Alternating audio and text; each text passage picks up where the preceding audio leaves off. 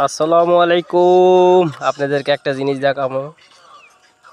এটা হলো একটা খাল, মানে খোদাই করা আর কি। তো এই জায়গার পানিটা এত সুন্দর পরিষ্কার, মাশাআল্লাহ। দেখে তো আই এম অবাক।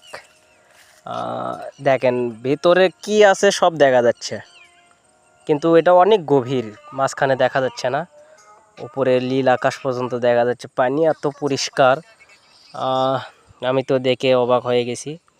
আর মাশাআল্লাহ অনেক সুন্দর জায়গা, পানি এত নীল, যা বলার বাহিরে, এত পরিষ্কার।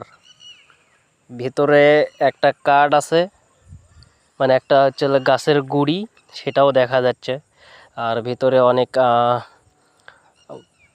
আপনার হচ্ছে বড় বড় পাথর আছে, সেটাও দেখা যাচ্ছে। পরিষ্কার, একদম পরিষ্কার।